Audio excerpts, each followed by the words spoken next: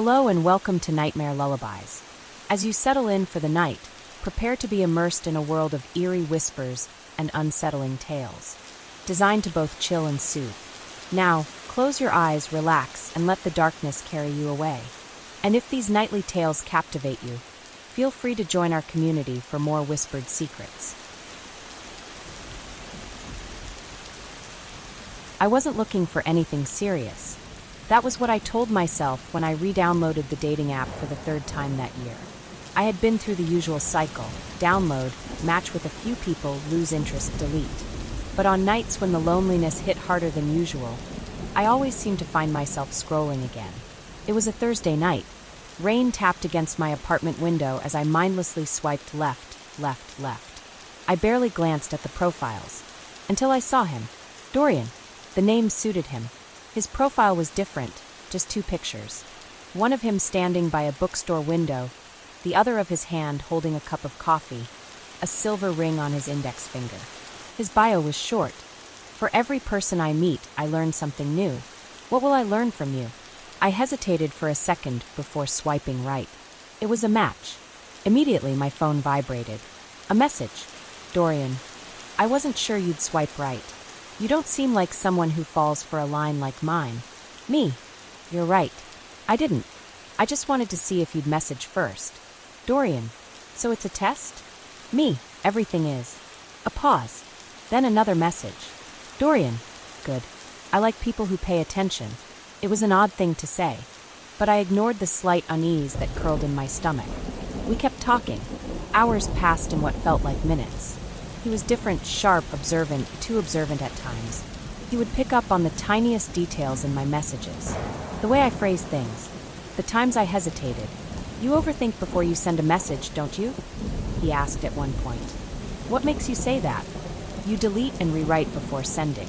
I can tell.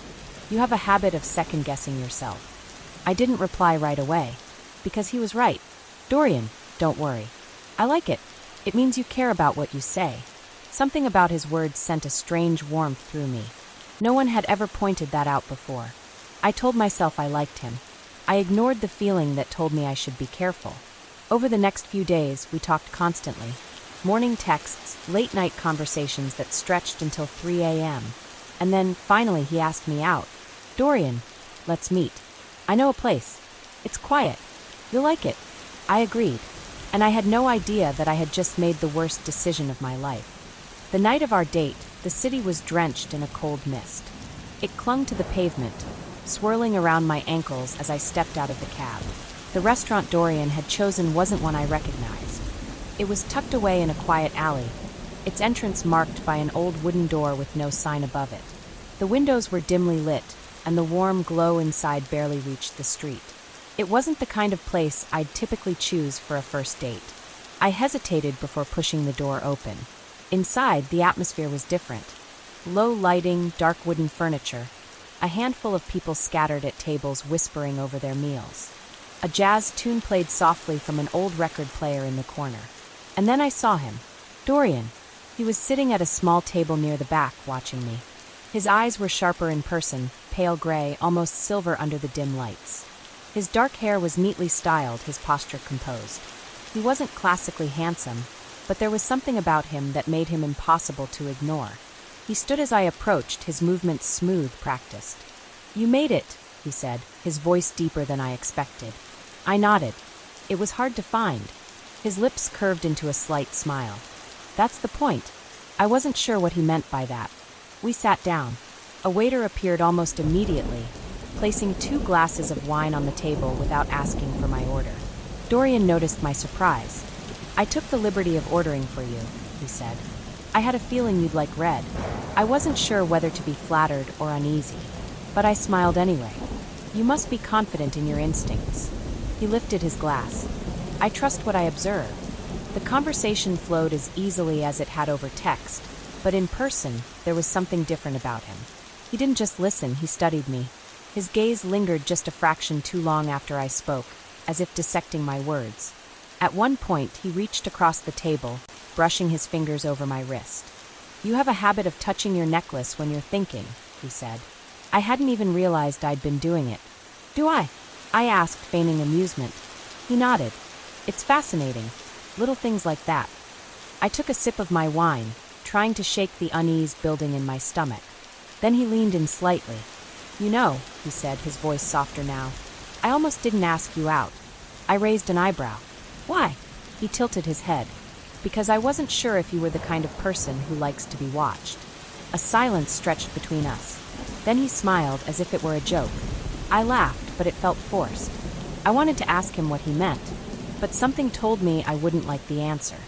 By the time dinner ended, my head felt lighter than it should have. I wasn't drunk, I hadn't even finished my wine, but there was a strange, sluggish feeling in my limbs, like I had been awake for too many hours. Dorian noticed. Are you all right? He asked, watching me carefully. I forced a smile. Yeah, just tired, I guess. He offered his hand as I stood. Let me walk you home. Normally I would have refused. But for some reason, the idea of being alone tonight felt worse than the idea of staying near him. So I nodded. All right. The walk was quiet. The city streets stretched empty ahead of us, streetlights flickering in and out. I kept glancing at him from the corner of my eye. He walked with a certain ease, like he belonged in every space he occupied. Tell me something, he said suddenly. I looked at him. What? What do you think I do for a living? I considered it. You're observant, detail-oriented, maybe something in psychology, or research. He chuckled. That's a good guess. I frowned. But not the right one. He smiled. Not exactly. Then what do you do? He didn't answer right away. Then he said, I study people. I laughed. Isn't that what psychology is? He didn't laugh with me. I don't study people in a classroom, he said.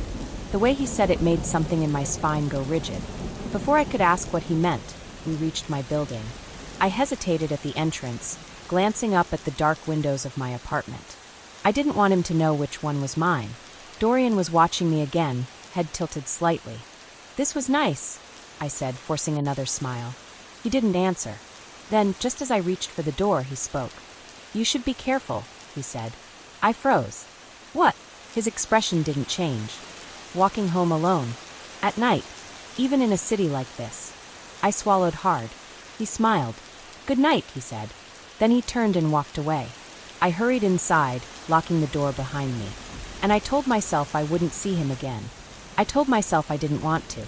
But I was wrong. Because by the time I reached my apartment, there was already a message on my phone. Dorian, good night. I'll see you soon. I didn't sleep that night. Even after I changed into pajamas, locked my door, and checked the windows twice, I still felt watched.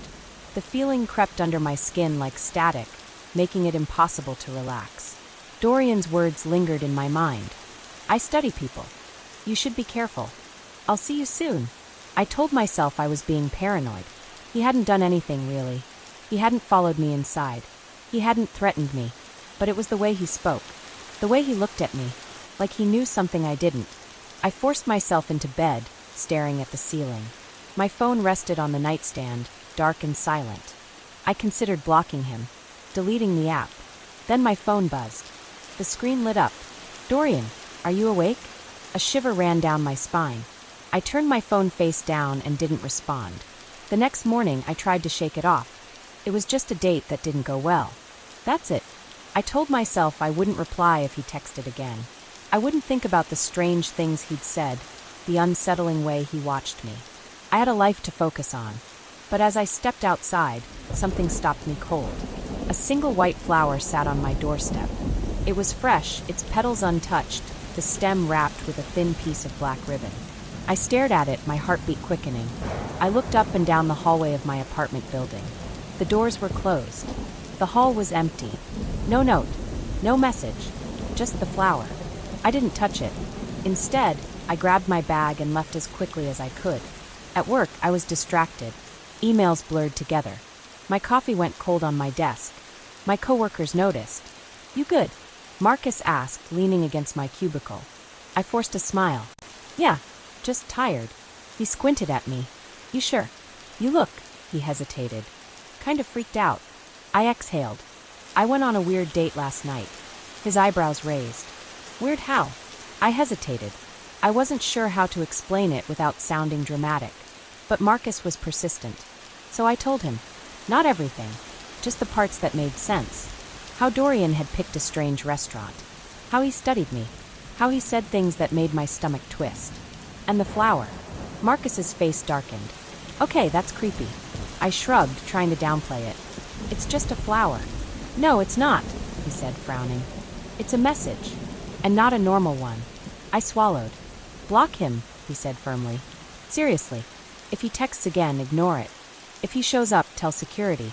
Don't engage. I nodded, but inside I felt sick. Because even as we spoke, my phone vibrated in my pocket. And when I pulled it out, my heart dropped. Dorian, I hope you liked the flower. I blocked his number.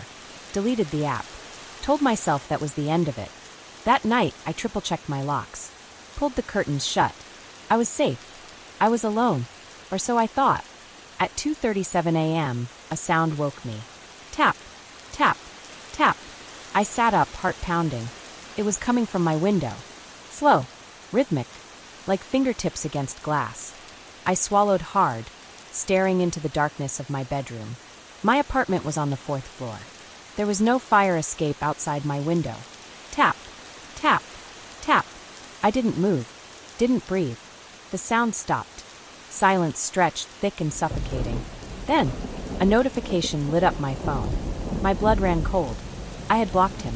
I had deleted everything. But there it was. A message. Dorian, why did you block me? I felt a chill spread through my limbs. Dorian, don't be scared. Dorian, look outside. I didn't. I couldn't. But I knew somehow he was there. And he was watching. I didn't look. I couldn't. My breathing was shallow, my body frozen beneath the sheets. Every nerve in my body screamed to stay still, to not acknowledge that message, to pretend I hadn't heard the tapping on the window. But I knew. Somehow, impossibly, he was there. Outside. Watching. I squeezed my eyes shut, my pulse hammering in my ears. How was this possible? My apartment was on the 4th floor. There was no balcony, no fire escape, just sheer concrete and an impossible drop to the alley below. A trick, I told myself. It had to be a trick. Maybe it was the wind. Maybe it was a branch from a tree swaying against the glass. I forced myself to breathe, to think. And then, tap, tap, tap. Soft, slow, deliberate. Tears burned in my eyes. I swallowed the scream rising in my throat. I needed to call someone. The police. A neighbor. Anyone. I reached for my phone, moving as little as possible. My fingers brushed against the cold screen. I didn't dare unlock it. But then another notification. Dorian, I know you're awake. My stomach twisted. Another. Dorian, you can't ignore me forever. The air in my bedroom felt thick, suffocating. I couldn't take it anymore. I turned my head, just a little. Just enough to see the window. At first, all I saw was darkness. And then, a silhouette. A faint outline, pressed against the glass. I stopped breathing. A face. Pale. Unmoving. I couldn't make out the features, but I saw the vague impression of eyes. Watching me. It was impossible. My body refused to move. My mind screamed to run, but my limbs wouldn't listen. And then, as if sensing my terror, the figure outside the window smiled. A slow, deliberate curve of the lips. He was enjoying this. My body finally reacted. I lurched out of bed, my hands fumbling for the lamp. The second I switched it on, the figure was gone. Vanished. Like he had never been there at all. I didn't sleep. I didn't dare turn the light off. I stayed curled in bed, gripping my phone in one hand and a kitchen knife in the other. My breathing stayed ragged for hours. Every creak of the building, every distant sound in the hallway made me flinch. At some point, exhaustion won. I drifted into a shallow, restless sleep, my body too drained to fight anymore. Morning came slow. When I finally forced myself out of bed, my body ached. My mouth was dry. My limbs were heavy with exhaustion. I told myself I had imagined it. Sleep deprivation. Stress. Maybe I had still been dreaming when I saw him. But when I pulled back the curtain, my blood turned to ice. There was something on the window. Faint, but undeniable. A single handprint, pressed against the glass. I called Marcus on the way to work. Jesus Christ, he muttered after I told him everything. You need to go to the police. I hesitated, and that hesitation made me hate myself. Because I knew what would happen. I knew exactly what they'd say. Did he actually threaten you? Are you sure you weren't imagining things? Maybe it was just a prank. I knew how this played out. I would look crazy. And even if they did believe me, what could they do? He hadn't broken in. He hadn't touched me. He had just watched. I'm not going home tonight, I told Marcus. Can I crash at yours? Obviously. Bring your stuff after work. We'll figure it out. I exhaled, the weight in my chest loosening just a little. Maybe I just needed to get out. Put some distance between me and my apartment. Let things die down. The day dragged. I was jumpy, distracted, checking my phone constantly, even though I knew I had blocked him. At lunch, I stepped outside to get some air. The city buzzed around me, people rushing past, cars honking in the distance. Normal life. I tried to remind myself that this was real, that whatever had happened last night, whatever I thought I saw, was in the past. But then something caught my eye. Across the street, standing completely still. Dorian. My breath hitched. He wasn't moving. He wasn't even pretending to blend in. He just stood there, watching me. Even from this distance, I could see the faintest trace of a smile. A slow, knowing grin. My stomach churned. My hands clenched into fists. And then, he raised his hand and waved, like we were old friends. I turned on my heel and rushed back inside. By the time work ended, I was barely holding it together. I didn't take the subway. I took a rideshare, directing it straight to Marcus's place. The second I stepped inside his apartment, I felt like I could breathe again. Marcus locked the door behind me. All right, you're not alone anymore. You're safe. I nodded. Thanks. You report it? I hesitated. No. He gave me a look. Why the hell not? Because they won't do anything, I admitted, sinking onto his couch. I have nothing. Marcus exhaled, rubbing his temples. Okay, fine. But tomorrow we're getting your stuff. You're not staying there alone anymore. I nodded. But deep down, I couldn't shake the feeling. It wasn't over. I was safe for now. But he wasn't finished. Not even close. Marcus's apartment was warm, safe. The kind of place where nothing bad was supposed to happen. But I couldn't shake the feeling. I sat curled up on the couch, a blanket draped over my shoulders, gripping a cup of tea Marcus had made me. My hands wouldn't stop shaking. Are you sure he didn't actually say anything to you? Marcus asked, sitting across from me. I shook my head. He doesn't have to. He just watches. Marcus sighed, rubbing a hand over his face. We should go to the cops. I swallowed hard. And tell them what? That my ex is standing in public places, staring at me? I shook my head. They'll say it's not illegal. That I should block him, ignore him, move on. That I'm overreacting. Marcus muttered something under his breath. We sat in silence for a while. He had turned on the TV, some mindless sitcom playing in the background, but I couldn't focus on it. My brain wouldn't shut off. What if he's watching right now? What if he knows I'm here? What if he's outside? The thought sent a shudder through me. I clutched the blanket tighter. I forced myself to take slow, steady breaths. You're safe here. He doesn't know where you are. At least, I hoped he didn't. Marcus insisted I sleep in his room while he took the couch. For the first time in days, I felt some semblance of safety. I curled up under the blankets, staring at the ceiling, willing myself to sleep. Eventually, exhaustion won. And then, I woke up. My throat was dry, my head groggy. I blinked in the darkness, disoriented, unsure what had woken me. And then I heard it. A sound from the living room. A faint rustling. Something shifting. My stomach clenched. I told myself it was Marcus. Maybe he had woken up to use the bathroom. Maybe he was just moving in his sleep. But something felt wrong. The air felt different. Heavier. I strained my ears. Listening. Footsteps. Slow. Deliberate. I sat up. My pulse pounded in my ears. I wanted to call out, but something told me not to. What if it wasn't Marcus? I forced myself to move, slipping silently out of bed, my breath shallow. The wooden floor was cold under my feet as I crept toward the door, heart hammering so loudly I thought it would give me away. I pressed my hand against the doorframe, peering out. The living room was dark. Too dark. Marcus always left the hallway light on. But now, the apartment was pitch black. Something wasn't right. I reached for my phone, my fingers trembling. I barely breathed as I typed out a message. Me, are you awake? I waited. Nothing. A long, suffocating minute passed. Then, a soft noise from the living room. A shift. A breath. I froze. Then my phone vibrated. Marcus, yeah. Why? I nearly dropped the phone. Because Marcus was here. In the bedroom. Asleep. And that meant someone else was in the apartment. I didn't have time to think. My body moved before my brain caught up. I turned, shaking Marcus awake, before I even realized I was doing it. He bolted upright. What? I slapped a hand over his mouth, my other hand gripping my phone. I typed one word. Someone's here. His expression shifted instantly. Alert. Serious. We listened. Nothing. Then, the floor creaked. Marcus moved fast. Silent. Controlled. He grabbed something from the nightstand, a baseball bat, before nudging me toward the closet. Stay here, he whispered. I wanted to argue. I wanted to fight. But I couldn't. I wasn't strong enough for this.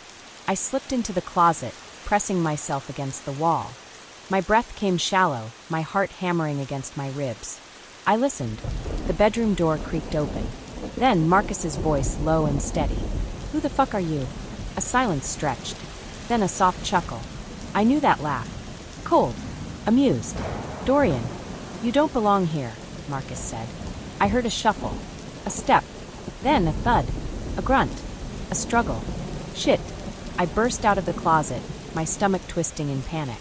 Marcus and Dorian were grappling, struggling against each other. The bat had been knocked away, rolling across the floor. Marcus was strong, but Dorian fought dirty. A sharp movement. Dorian drove an elbow into Marcus's stomach. Marcus let out a strangled gasp, doubling over. No, no, no, no. I moved before I could think, scrambling toward the nightstand. My hands found something, a heavy glass paperweight. I grabbed it and swung. Crack. Dorian let out a strangled noise, stumbling back. Marcus seized the opportunity. He tackled Dorian, knocking him to the ground. I barely registered the shouts. The noise. The sirens. Because I hadn't called the cops. I hadn't even reached for my phone. So who had? The police found the door unlocked. Marcus swore he had locked it before bed. We both knew he had. There was no forced entry. No broken windows. The officers asked me the usual questions. Has he threatened you before? Do you have a restraining order? I answered numbly. No, no. They took him away. Dorian didn't struggle. He just smiled. A slow, eerie grin. Like he knew something we didn't. Marcus drove me to a hotel that night. Neither of us spoke. I sat in the passenger seat, staring blankly out the window. My mind kept replaying everything over and over. How had he gotten in? How had the cops known to come? Who had called them? And then, a chill ran through me. I remembered the message. The last one I had received before everything went to hell. I know you're awake. Had he been in the apartment when he sent that? Watching me? I pressed my forehead against the cool glass of the car window. I wasn't safe. Not yet. Maybe not ever. The hotel room felt sterile. Impersonal.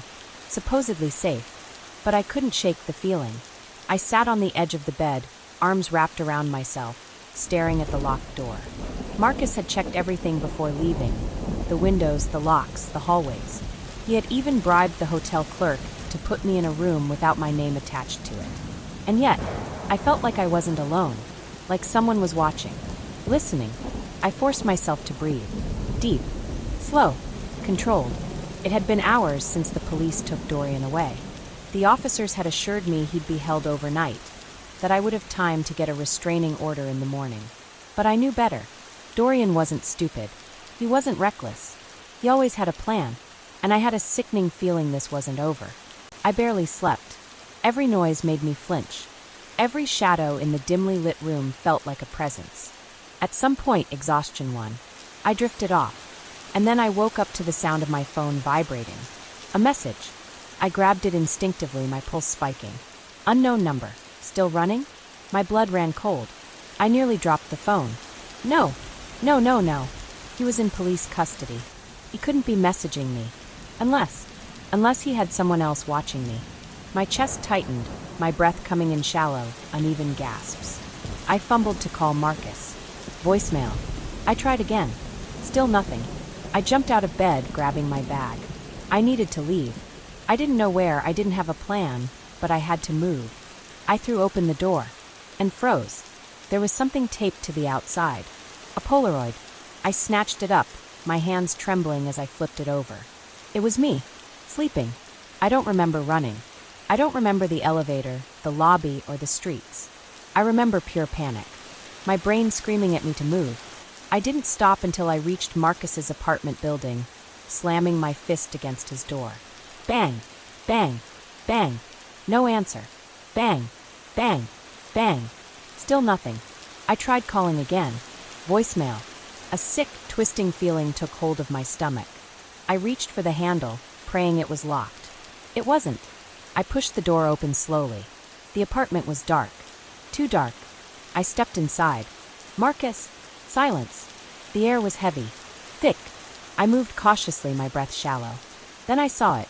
A shape in the living room. A body.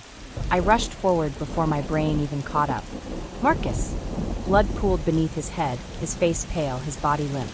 But he was breathing. Shallow. Weak. Marcus! I choked, shaking him. A low groan. Relief and terror warred in my chest. He was alive. Barely. And then, a voice from the shadows. I was hoping you'd come. I turned slowly. Dorian stood in the doorway to the kitchen, bathed in the dim glow of the streetlights filtering through the blinds. Calm. Collected. Like he belonged there. Like this was just another game to him. How? My voice was hoarse, barely more than a whisper. The police. Oh, he chuckled. You thought they actually kept me? He tilted his head. You still don't get it, do you? My stomach churned. I know people, he continued, stepping forward. People who make problems disappear. A night in a holding cell? That was just a formality. He smiled. Slow. Serpentine. But I couldn't leave without saying goodbye. Run. Every nerve in my body screamed the word. But I couldn't leave Marcus. Dorian took another step. I grabbed the closest thing I could find, a lamp, and hurled it. It shattered against the wall. Dorian barely flinched. He sighed. Still so dramatic. I lunged for the front door. He moved faster. A hand gripped my wrist, yanking me back. I twisted, thrashing against him.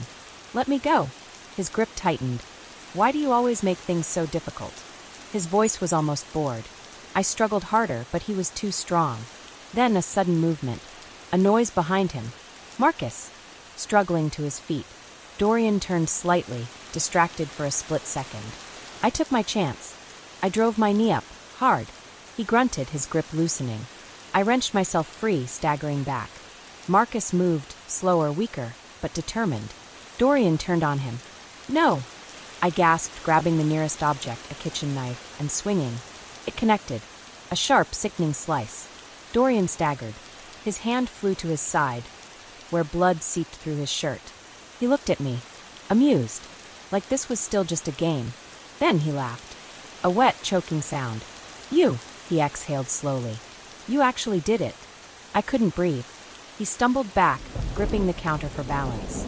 His lips curled into that same eerie grin. And then, he bolted. The police found nothing. No sign of forced entry. No sign of him. Just blood on the kitchen floor.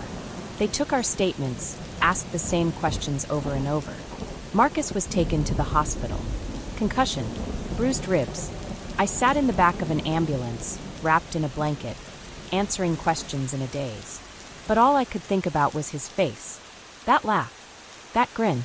Like this wasn't the end. Like this was just another chapter. And maybe it was. Because as the officers finished up, as they let me go, as I stepped into the cold night air, my phone buzzed. I looked down. A new message. Unknown number. I'll see you soon. The text haunted me. I stared at my phone, fingers frozen, my breath shallow. The flashing unknown number felt like a taunt. A promise. A threat. Marcus was still in the hospital, recovering. I had spent the last 2 days watching over him, jumping at every shadow, flinching at every unfamiliar face. The police had increased surveillance. They had checked every security camera, every lead. And yet Dorian was gone. No trace. No sightings. Like he had never been there at all. But I knew better. He was still out there. Watching. Waiting. The nightmares came in waves. Every time I closed my eyes, I saw him. Standing in my doorway. Smiling. Holding the Polaroid. Watching me sleep. I barely ate. Barely breathed. My body existed in a state of constant tension. waiting for the next strike. The next message. I tried to convince myself that he had run, that the knife wound had slowed him down, that maybe he had crawled into some dark corner to die. But deep down, I knew better. Dorian was patient, and he never let go of his games. A week passed. Then two. The police checked in daily. Marcus was finally released, still weak, still healing. We stayed together, unwilling to risk being alone. Nothing happened. No messages. No sightings. Silence. I almost started to believe it was over. Until the package arrived. It was left on the doorstep. No postage. No name. Just a small, plain white box. I knew before I even touched it. My stomach twisted, my hands shaking as I reached down. Marcus stood behind me, silent. Waiting. I lifted the lid. Inside was a single Polaroid. And when I turned it over, I nearly dropped it. It was me, standing in my hospital room, looking at Marcus while he slept, taken from inside the room. I stumbled back, my pulse hammering in my ears. Marcus snatched the photo from my hands, his face darkening. The back of the Polaroid had a single, handwritten message. You never really left me. My breath hitched. I looked up, out the window, out into the city, into the shadows. He was still out there. And this time, he was waiting for me to run. The walls of the apartment felt like they were closing in. The air was thick, heavy with something unseen but felt, a presence lingering just beyond reach. Marcus and I sat in silence, the Polaroid between us like a cursed object neither of us wanted to acknowledge. I could feel my heartbeat in my throat, each thud a reminder that Dorian was still watching. Still waiting. I forced myself to speak. We have to go to the police. My voice sounded hollow. Marcus barely looked up.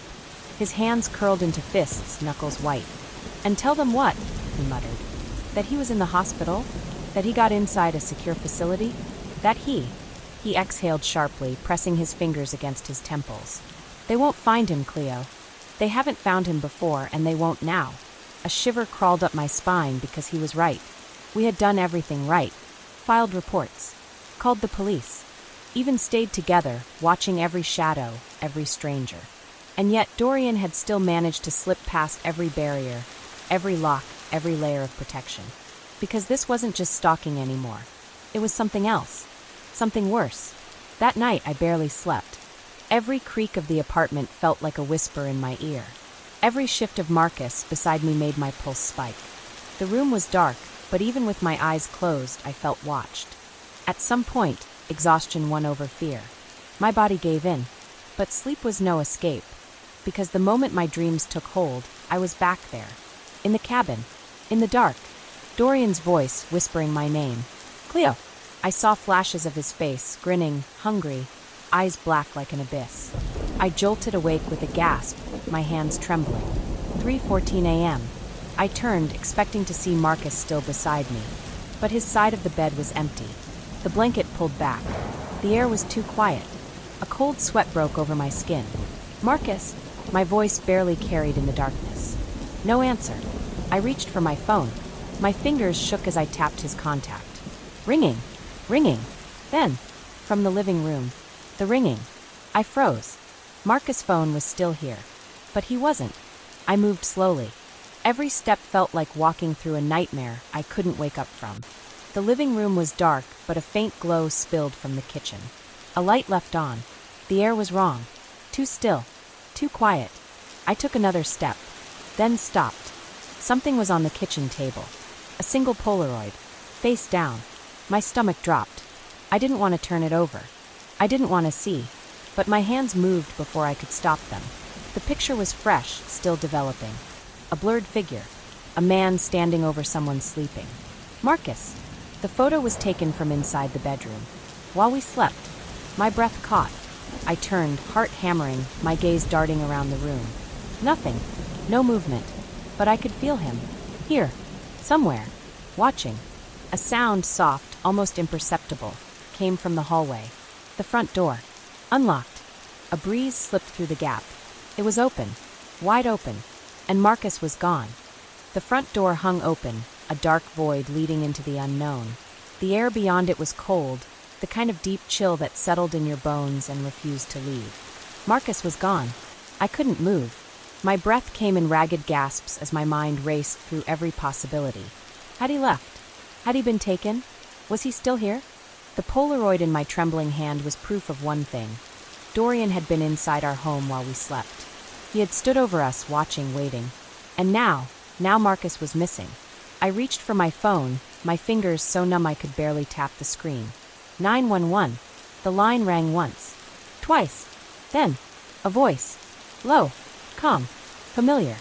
Calling for help, Cleo? I stopped breathing. The voice wasn't coming from my phone. It was coming from the apartment intercom. My knees nearly buckled. My vision tunneled as I turned, eyes locking onto the small speaker by the door. Dorian's voice crackled through the system, smooth as silk. You won't find him. A pause. But don't worry, you'll be joining him soon. The intercom clicked off. And then, the lights went out. Darkness swallowed the apartment, thick and suffocating. I staggered backward, my body slamming against the wall. My breaths came fast and shallow, my heart pounding so hard it hurt. I needed to run. I needed to get out. But before I could move, something changed. The air shifted. A presence, unseen but felt, settled in the room. I wasn't alone. Footsteps. Slow. Deliberate. Not outside. Inside. They came from the hallway. From the bedroom. From where I had been sleeping just minutes ago. I squeezed my eyes shut, forcing my mind to work past the terror.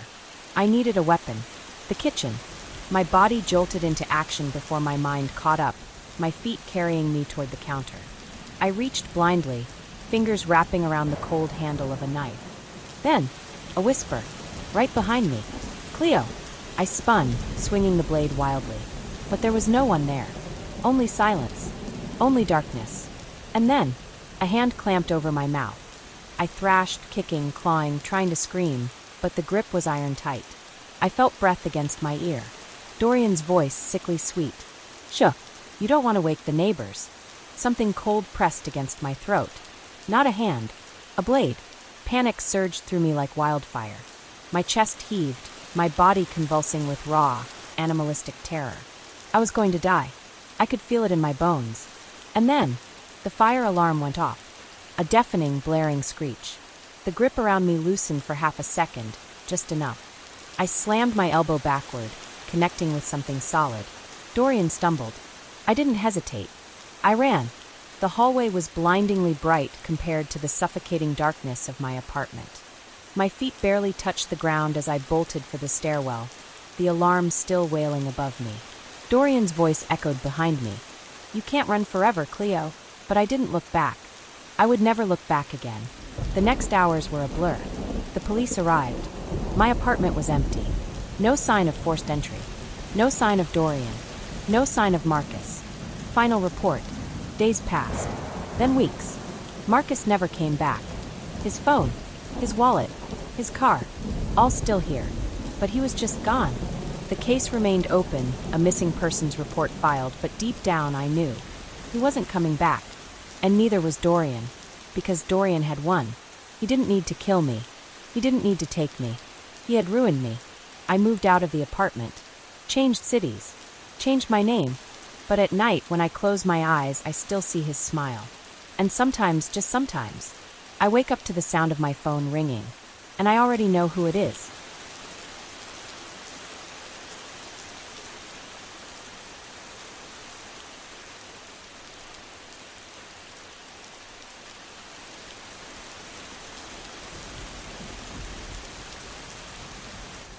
Leah had always been careful. She never shared too much online. She never gave out her address on dating apps. She always met her dates in public places. But that night, she let her guard down. It was supposed to be a simple dinner, nothing more. A first date with a guy named Caleb. His profile had been charming but understated. No gym selfies, no over-the-top pickup lines. Just a few candid photos, a love for old horror movies, and a simple bio. Looking for someone to make life a little less lonely. It wasn't like Leah to agree so quickly, but there was something different about him. He was polite, attentive, and unlike most guys, he actually listened. So when he asked her to dinner at a quiet, cozy restaurant outside the city, she said yes. It was a mistake. The night started out perfectly normal. Caleb was even more charming in person. soft-spoken but confident, with piercing blue eyes and an easy smile. They talked for hours. At some point, Leah checked her phone and realized it was nearly 11 p.m. "Wow, I didn't even notice the time," she laughed, reaching for the bill. Caleb just smiled. "That's a good sign, right?" She nodded. "Yeah, it is." But then, something changed. The waiter brought the check. Leah instinctively reached for her purse, but Caleb grabbed the bill before she could. "I got it." "Oh no, we can split. I insist." His voice was firmer now. Not quite unfriendly, but different. Leah hesitated. Something about the way he said it felt off. She forced a smile. "Okay, thank you." Caleb's eyes lingered on hers for a second too long. Then he said casually, too casually, "You should come back to my place." Leah's stomach dropped. She fumbled for an excuse. "It's late. I have work in the morning." Caleb just stared at her. Not angry, not disappointed, just staring. Finally, he exhaled and chuckled, shaking his head. "Yeah, of course. That was stupid. Sorry." The tension eased. He smiled again, the same easy, charming smile from before, and Leah told herself she was just being paranoid. They stepped outside into the cool night air. "I'll call an Uber," she said, already pulling out her phone. Caleb's smile flickered. "No need. I'll drive you home." Leah hesitated. Every instinct told her to say no, but it felt awkward. Caleb had been nice all night, and she didn't want to overreact. So, she got in his car, and that was the second mistake. They drove in silence for the first few minutes. The road was dark, mostly empty, with only the occasional streetlight breaking the blackness. Leah glanced at Caleb from the corner of her eye. Something was different now. He wasn't making conversation anymore. Was he upset? Was he annoyed that she wouldn't go home with him? She swallowed hard. Then she noticed. They weren't heading toward her apartment. Her chest tightened. "Caleb," she said carefully, "I think you missed my turn." Silence. Then, a slow, deliberate smile spread across his face. "I know." Leah's breath caught in her throat. She forced a laugh, keeping her voice light. "Okay, then where are we going?" Caleb didn't answer right away. The road stretched ahead, dark and unfamiliar, lined with dense trees on either side. They were far from the city now, too far for comfort. Leah's fingers curled around her phone in her lap. No signal. Her pulse quickened. Caleb finally spoke. "I thought we could take a little detour." His voice was calm, too calm. Leah's mind raced. She had two options, play along or panic. She chose to play along. "Oh, where to?" she asked, feigning curiosity. "I really should get home, though. Work and all." Caleb exhaled sharply, tapping his fingers against the steering wheel. "You're tense," he muttered. Leah forced a smile. "Sorry, I just wasn't expecting." Her words died in her throat. Up ahead, she saw a turnoff, a narrow dirt road leading deeper into the woods. Caleb slowed down. Leah's stomach twisted. This was it. This was the moment. If she didn't do something now, she might not get another chance. The car turned onto the dirt road. The trees closed in around them, swallowing the night. Leah's heart hammered against her ribs. She reached for the door handle. Locked. Her mind screamed at her to stay calm. Act normal. Act calm. She shifted in her seat, crossing her legs casually, positioning herself. Then, without warning, she slammed her elbow into Caleb's face. His head jerked back, his grip on the wheel loosening for half a second. It was enough. Leah lunged for the door handle on his side and yanked it. The car swerved violently as Caleb grabbed at her, cursing. "Leah, what the hell?" She didn't let him finish. With a burst of adrenaline, she threw herself out of the car. She hit the ground hard, the impact knocking the air from her lungs. Pain shot through her hands and knees as she scrambled to her feet. Behind her, Caleb slammed the car into park. She heard the driver's door fly open. He was coming. Leah ran. The forest was thick, branches slashing against her skin as she pushed forward, stumbling over roots and uneven ground. Behind her, she could hear footsteps. Fast. Heavy. "Leah!" Caleb's voice boomed through the trees. She didn't stop. She couldn't stop. Her lungs burned, her legs screamed in protest. But she kept going. Then, a clearing. Moonlight spilled onto the ground. A road. Hope surged in Leah's chest. If she could just get there, if she could find someone. A hand closed around her wrist. She screamed. Leah twisted violently, her body reacting before her mind could catch up. Caleb's grip was like a vice around her wrist. His breath was ragged, his fingers digging into her skin like he was trying to become part of her. "Leah," he growled, his voice low, threatening. She had seconds. She swung her knee up, hard. Caleb grunted in pain, loosening his grip just enough. Leah ripped herself free. She bolted, lunging toward the clearing ahead. The trees thinned, just a little. She could see the road now, see the moonlight bouncing off the asphalt. Almost there. Almost. Something slammed into her from behind. Leah crashed forward, her knees hitting the ground with a sickening crack. Pain exploded up her legs. Before she could react, Caleb was on top of her, flipping her onto her back. His weight pressed her into the dirt, his hand clamping over her mouth. Her scream died in her throat.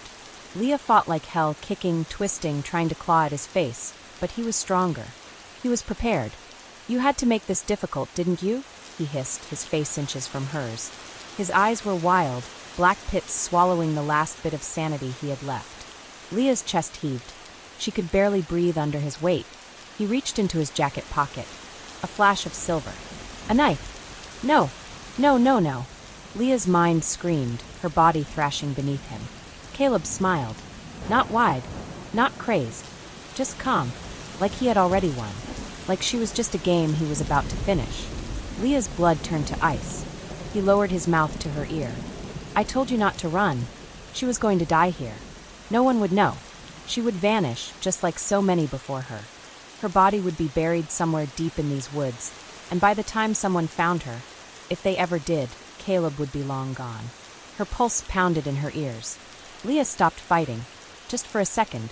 She let her body go limp, her chest rising and falling in slow, heavy breaths. Caleb hesitated. Just for a second. That was all she needed. Leah's hand shot up fast, brutal, fingernails gouging into his eyes.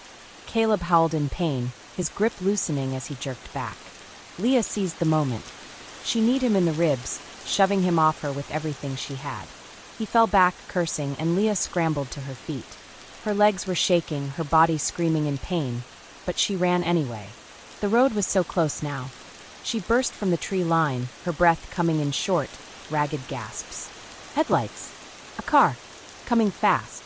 Leah flung herself onto the pavement, waving her arms wildly. "Help! Please stop!" The car screeched to a halt just inches away. The driver, an older man with wide, startled eyes, stared at her through the windshield. Leah spun around, expecting to see Caleb right behind her. But he was gone. The woods behind her were silent. Too silent, as if he had never been there at all. The man in the car stared at her, his face pale, his grip tight on the wheel. Leah could barely breathe, her lungs burning, her body trembling so violently she thought she might collapse right there on the asphalt. "Please," she gasped, stepping closer. There was a man. He was chasing me. He tried to." Her voice cracked. The driver, gray hair, thick glasses, frowned, looking past her toward the tree line. There was nothing, just darkness. The woods stretched endlessly behind her, but Caleb was gone. Vanished. The driver glanced back at her, then at the road ahead. He hesitated. For too long. Leah's stomach dropped. She had seconds before he decided she was some crazy woman having a breakdown in the middle of the highway.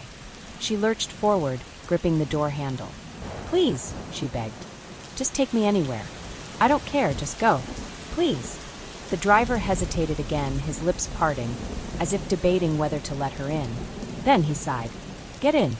Leah threw open the door, scrambling inside before he could change his mind. The leather seat was cold, her hands shaking as she fumbled with the seatbelt. The moment the buckle clicked, the driver hit the gas. The car lurched forward, speeding down the highway. Leah twisted, staring out the back window. Still nothing. No movement. No sign of him. She turned back around, pressing her palms to her face, trying to force her body to stop shaking. "Who was after you?" the driver asked. Leah exhaled, her throat aching. "A man I met on a dating app," she whispered. God, I was so stupid. I let him pick me up. I didn't even tell anyone where I was going. She cut herself off, pressing her nails into her palm. The driver was silent for a long time. Then he spoke again. "You're lucky." Leah looked at him sharply. Something in his tone made her skin prickle. She studied his face, his hands gripping the wheel, the way his eyes didn't quite meet hers. Something was wrong. A deep, gut-wrenching kind of wrong. She turned, glancing at the dashboard. No phone mount. No GPS. Her heart slammed against her ribs. The road stretched into nothingness, the highway eerily empty. There were no road signs. No mile markers. No lights. "Where are we?" she whispered. The driver didn't answer. His hands tightened on the wheel. Leah's breathing turned shallow, her chest constricting as she stared at the driver. Something was very wrong. The car wasn't slowing. It wasn't approaching any exits, no signs of civilization ahead. Just darkness. "You didn't answer me," she said, voice low, trying to keep herself calm. "Where are we going?" The driver finally spoke, but his voice lacked emotion. "Somewhere safe." Leah's fingers twitched, the need to reach for the door handle almost overwhelming. "Safe," she repeated. I just need to go to a police station or a gas station even." He didn't look at her. Instead, his grip on the wheel tightened. "You were out in the middle of the road, in the middle of nowhere," he said. "You don't even know what you were running from, do you?" Leah's blood went cold. Something in his tone felt off, like he wasn't talking about Caleb at all. Her pulse pounded in her ears, her nails pressing into her thighs. She turned, glancing out the passenger side window. The tree line blurred past, the headlights illuminating nothing but endless blackness. How far had they driven? She had no idea. Leah inhaled sharply, forcing her thoughts to focus. She needed a plan. Fast. Her gaze flicked to the dashboard again. No GPS, no phone mount. She checked her pockets. Her phone was gone. Her stomach twisted. Caleb must have taken it during the struggle. The driver was still talking, something about how lucky she was, how it was a miracle he found her at all. Leah barely heard him. Her mind raced, trying to map out her next move. Then she saw it. A small knife, barely 5 inches long, tucked between the driver's seat and the console. Not hidden, just sitting there, like it was meant to be used. Her blood turned to ice. She felt the weight of the moment settle on her chest. She was trapped in a moving vehicle in the middle of nowhere, with a man who had no intention of letting her go. She had seconds to act. Before it was too late, Leah's mind operated on pure instinct. The knife. She needed it. Her fingers twitched, itching to reach for it, but she knew better than to lunge immediately. The driver was too close. If she moved too fast, he'd see her. If she wasn't quick enough, he'd grab her first. She forced her breathing to slow, clenching her hands into fists to stop them from shaking. Timing. She needed to wait for the right moment.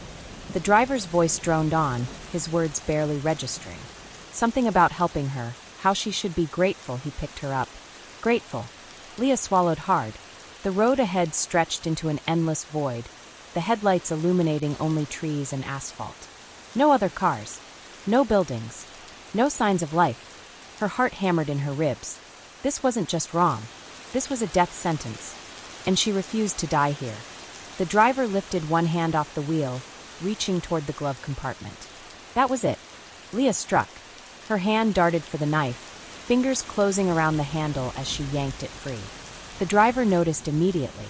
His head snapped toward her, eyes wide with shock. "Hey!" Leah didn't hesitate. She lunged, slashing at his arm. The car veered violently.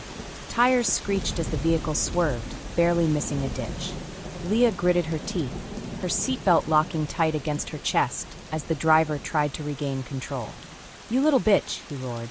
He reached for her, but she slashed again, barely missing his hand. The car was spinning. Leah braced herself, her knuckles white around the knife. Then, impact. The world jerked sideways as the car crashed into something solid. The force threw Leah forward, her seatbelt the only thing stopping her from flying through the windshield. Her head snapped back, stars bursting in her vision. For a moment, there was only silence. Then groaning metal. Smoke. And a low, ragged breath beside her. The driver. Still alive. Leah forced her eyes open, pain splitting through her skull.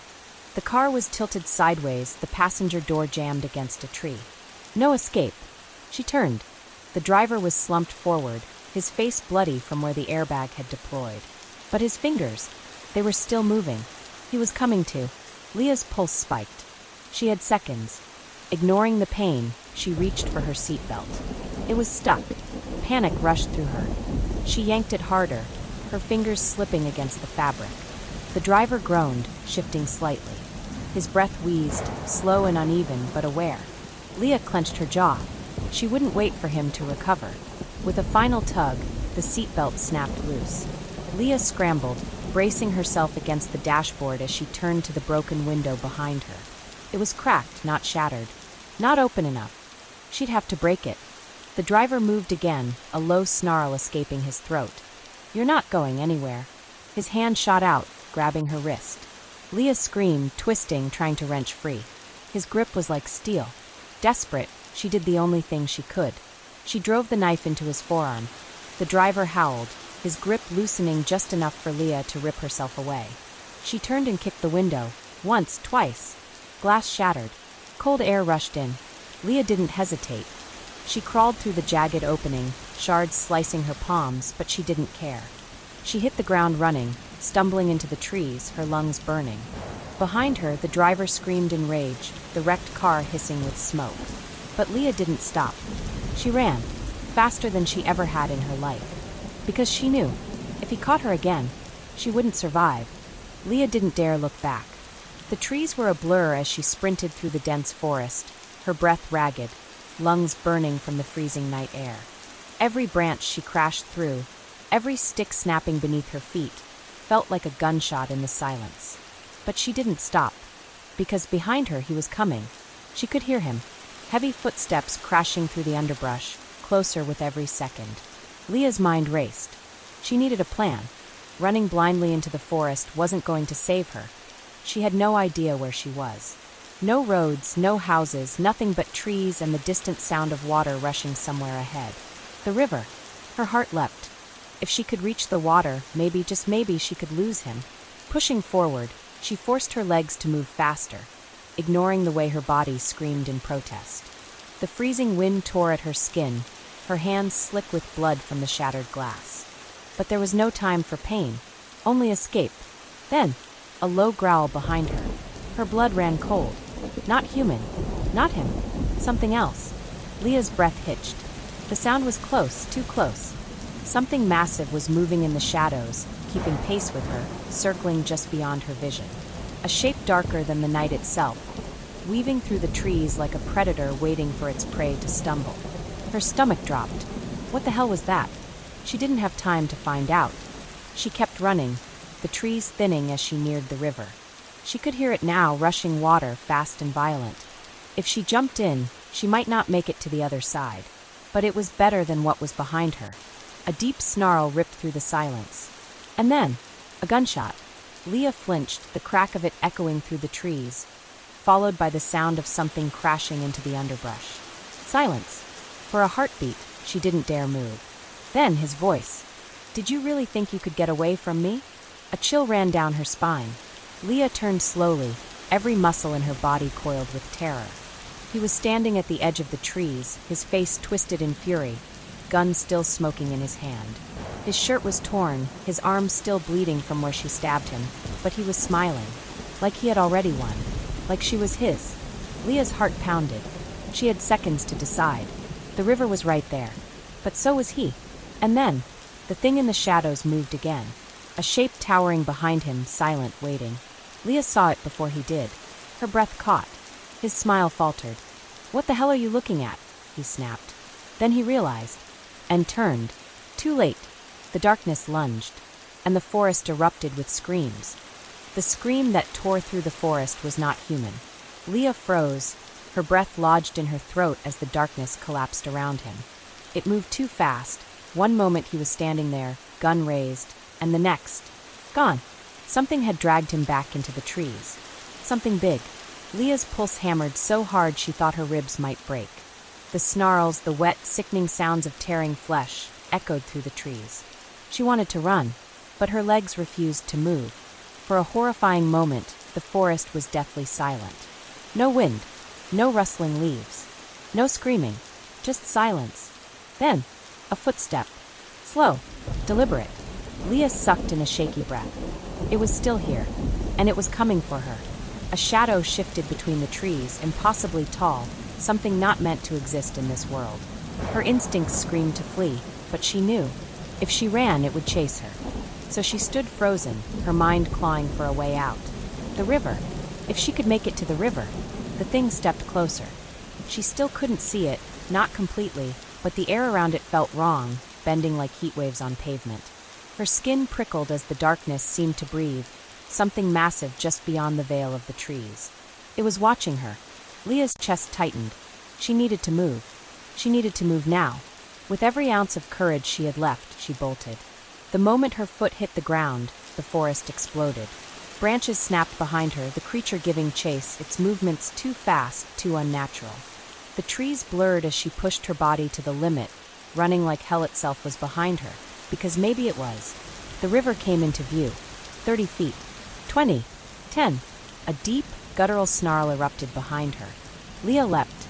The icy water swallowed her whole. For a moment, there was nothing but chaos, the current ripping at her limbs, her lungs burning as the shock of the cold stole her breath. She surfaced gasping, eyes darting to the shore. The forest was still. Too still.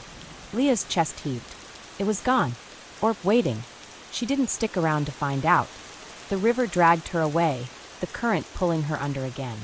She fought against it, clawing for air, for anything to hold on to. And then, hands, grabbing her, pulling her from the water. Leah coughed, her vision blurring, her body aching. Someone was speaking. A voice. Low.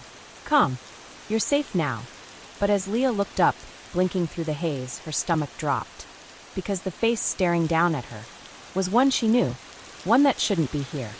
And the last thing she heard before the darkness took her was the sound of them laughing. Leah woke with a gasp, her lungs burning as though she were still drowning.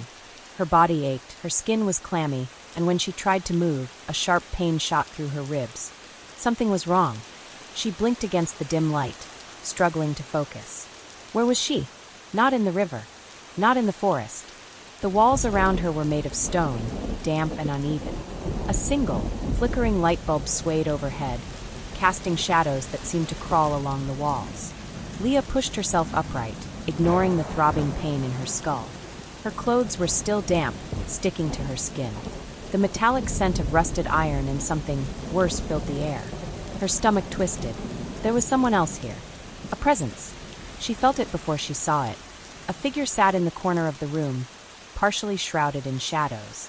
A man. Leah's breath caught in her throat. It was him, the man who had pulled her from the river.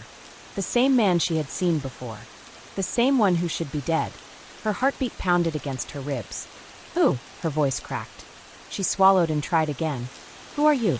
The man leaned forward, elbows resting on his knees.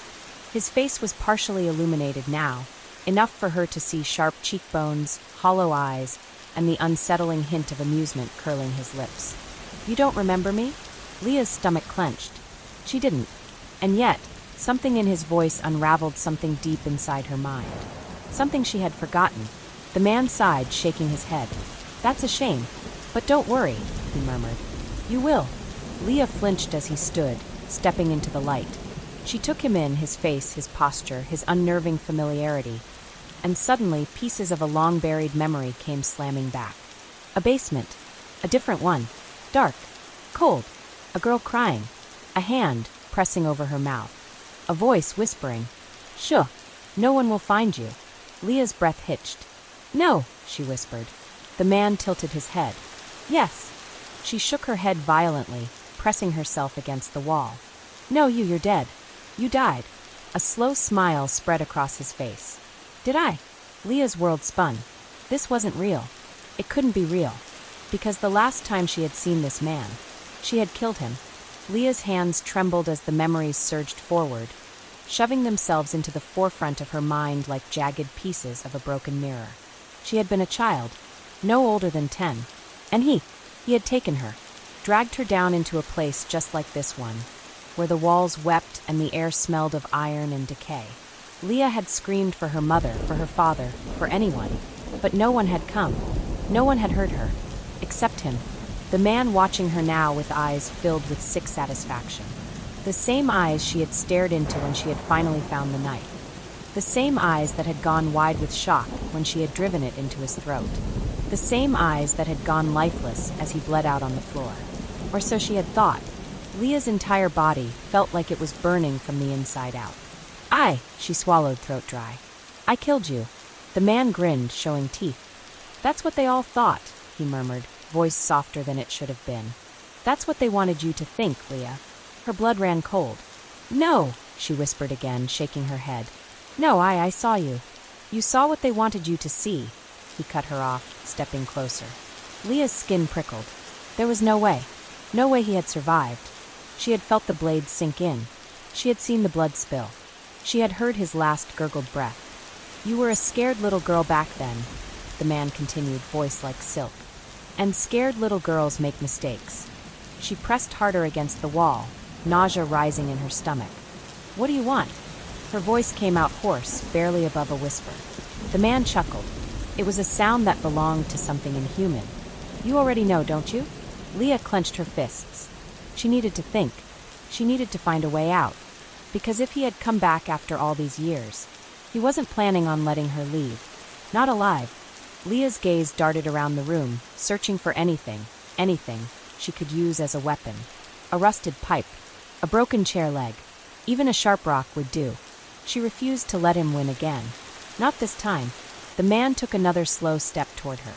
You have no idea how long I've waited for this, he murmured. How long I've planned. Leah's hands curled into tight fists. You should have stayed dead. He smirked. So should you. The light bulb flickered, casting his shadow across the walls. Leah moved. She lunged. Her hands found the rusted pipe on the floor, and she swung. The impact cracked against his ribs, forcing a sharp grunt from his throat. But he didn't fall. Leah didn't hesitate. She swung again, but this time he caught her wrist. A vice-like grip, fingers digging into her skin.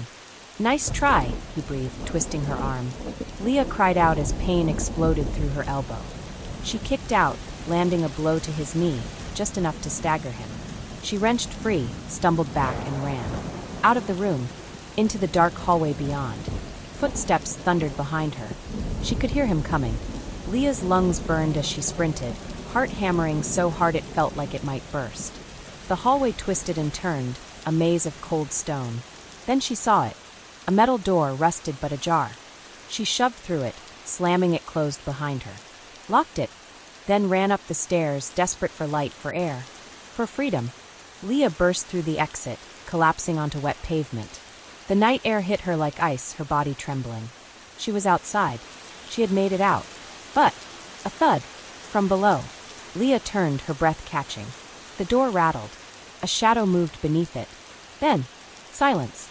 She didn't stay to find out if he was still inside. She ran, and this time she wasn't stopping.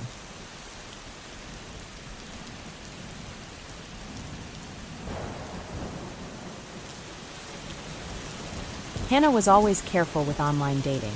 She never gave out her last name, never shared her home address, and always met her dates in public places. It was a rule she had followed religiously since she started using dating apps a few years ago. But something about Daniel had put her at ease. Maybe it was his calm demeanor, the way he responded to her messages with thoughtful replies instead of rushed emojis. Maybe it was the way their conversations seemed to flow effortlessly, making her laugh without trying too hard. Or maybe it was simply because, for the first time in a long time, Hannah was tired of being alone. She had done everything right. She had Googled his name, checked his social media, even reverse-searched his pictures to make sure they weren't stolen. Everything seemed normal. So when Daniel suggested meeting for dinner at a trendy new restaurant downtown, she agreed without hesitation. Saturday night, 7 p.m. Hannah arrived 10 minutes early, choosing a table near the window where she could watch the people passing by on the busy street. She smoothed out her dress, ran her fingers through her hair, and checked her phone. No messages. No last-minute cancellations. That was a good sign. At exactly 7 p.m., the restaurant door swung open, and Hannah spotted him immediately. Daniel. He looked just like his pictures. Tall, well-dressed, with an easy smile that made her heart skip a beat. His dark hair was neatly styled, and he had the confident walk of someone who knew exactly how to carry himself. As he approached, Hannah felt a small wave of relief. This was going to be a good night. "Hey, Hannah," he greeted warmly, pulling out his chair. "Sorry if I kept you waiting." She smiled. You're right on time. The first 20 minutes of the date went exactly how she had hoped. They ordered drinks. They joked about the awkwardness of dating apps. They shared funny stories about past bad dates. Hers involving a guy who showed up wearing Crocs and a tank top. His about a woman who tried to sell him essential oils mid-date. It was easy, natural. Hannah let her guard down just a little. But then, halfway through their meal, something changed. Daniel, who had been warm and engaging, suddenly became distant. His smile faded, his responses turned short, almost distracted. And most unsettling of all, he kept glancing over her shoulder, as if watching someone behind her. At first, Hannah thought maybe he had spotted a friend or an ex, but when she turned to check, there was no one there. Nothing out of the ordinary. Just a few other couples, a group of friends laughing over drinks, and a waiter taking orders. She looked back at Daniel, forcing a small laugh. "Everything okay?" His gaze snapped back to hers. For a second, he didn't answer. Then, just as quickly as the shift had come, he smiled again, that charming, effortless grin. "Yeah," he said lightly, reaching for his drink. "Just thought I saw someone I knew." Hannah hesitated. Something felt off. But she told herself she was overthinking it. The rest of the dinner went on as normal, but that small moment of unease refused to leave her. And as they finished their meal and Daniel suggested walking her to her car, she almost said no. Almost. But she didn't want to be rude. So she agreed. And that's when things took a turn for the worse. The night air was crisp as they stepped outside, a soft breeze carrying the distant hum of traffic. The restaurant was situated in a lively part of the city, where neon signs flickered above bustling sidewalks and groups of people strolled past, lost in their own conversations. Hannah wrapped her coat around herself, glancing up at Daniel as he walked beside her. He was calm, composed, his hands casually tucked into his coat pockets. For a moment, she considered bringing up his strange behavior at dinner, but something inside her told her to just let it go. Maybe he really had seen someone he knew. Or maybe she was just being paranoid. Still, she couldn't shake the uneasy feeling in her chest. They reached the parking garage where she had left her car, a multi-level structure with dim yellow lighting that cast long shadows on the concrete floor. At this hour, most of the spots were empty, save for a few scattered vehicles parked near the exits. Hannah had parked on the third level, and as they walked toward the elevator, she caught movement in the reflection of the glass doors. Someone was standing near the entrance to the stairs. A man. His face was obscured by the hood of his jacket, his posture stiff, unmoving. Hannah's stomach twisted. She didn't recognize him, but something about his stillness made her skin prickle. Daniel must have noticed too, because he suddenly stopped walking. His entire body tensed, as if he was waiting for something. For several long seconds, nobody moved. Then, the man turned and walked away, disappearing into the stairwell. Hannah exhaled, forcing a laugh. That was weird. Daniel didn't laugh. He didn't even look at her. Instead, he simply said, "Let's take the stairs." Hannah hesitated. "The stairs? Why?" "It's just quicker," Daniel said, already turning toward the door. Something about his tone made her nervous. Before she could argue, he opened the door and held it for her. The dimly lit stairwell stretched before her, a winding descent of concrete steps and echoing silence. A chill ran down her spine. This was stupid. Why would they take the stairs? The elevator was right there. But Daniel was already inside, waiting for her to follow. And the last thing she wanted was to seem dramatic. So she stepped in. The door closed behind them, sealing them in. As they descended, Hannah couldn't shake the feeling that something was terribly wrong.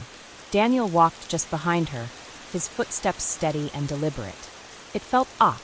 The air in the stairwell was cold, too cold, and the silence was too heavy. The only sound was the distant hum of the city beyond these concrete walls. Then, a faint creak above them. Hannah froze mid-step. It was unmistakable. Someone else was in the stairwell, and they were following them. Slow, deliberate footsteps echoed from above, descending at the exact same pace. Hannah turned to Daniel, her heart pounding. "Did you hear that?" His expression remained unreadable. "Yeah," but he didn't look surprised. Before she could process what that meant, the footsteps sped up. Heavy, fast, rushing toward them. Panic slammed into Hannah like a freight train. Daniel suddenly grabbed her wrist and yanked her forward. "Run!" Her body reacted before her mind could. She bolted down the stairs, her boots slamming against the concrete. Behind her, the footsteps thundered closer, relentless. And the worst part, Daniel wasn't running with her. She risked a glance back. Daniel was just standing there, his face completely blank, watching as the dark figure charged toward him. And then, he stepped aside. Hannah barely had time to scream before the man was on her. Hannah's scream barely left her lips before the figure was on her, a force slamming into her side so hard that her head snapped backward. She lost her footing, crashing against the cold concrete wall. Pain exploded through her shoulder as she hit the ground, her breath knocked from her lungs. Her vision blurred for a second, but her instincts screamed at her to move. Before she could get up, a gloved hand clamped over her mouth. A second later, something cold and sharp pressed against her ribs. Her stomach dropped. A knife. Hannah's entire body locked up, her heartbeat roaring in her ears. She couldn't breathe. She tried to scream, but the hand was crushing her face, the rough material pressing hard against her lips. The man leaned in close, his breath reeking of cigarettes and something sour. "Shoo," he whispered. His voice was flat, almost bored. "We're just going to take a little trip." Hannah thrashed, kicking out wildly, but he was too strong. Her eyes darted to Daniel. He was still just standing there, watching, expressionless. No fear, no concern, just waiting. Horror crawled up her spine like ice. This wasn't a random attack. Daniel knew this man, and he had let it happen. "Daniel!"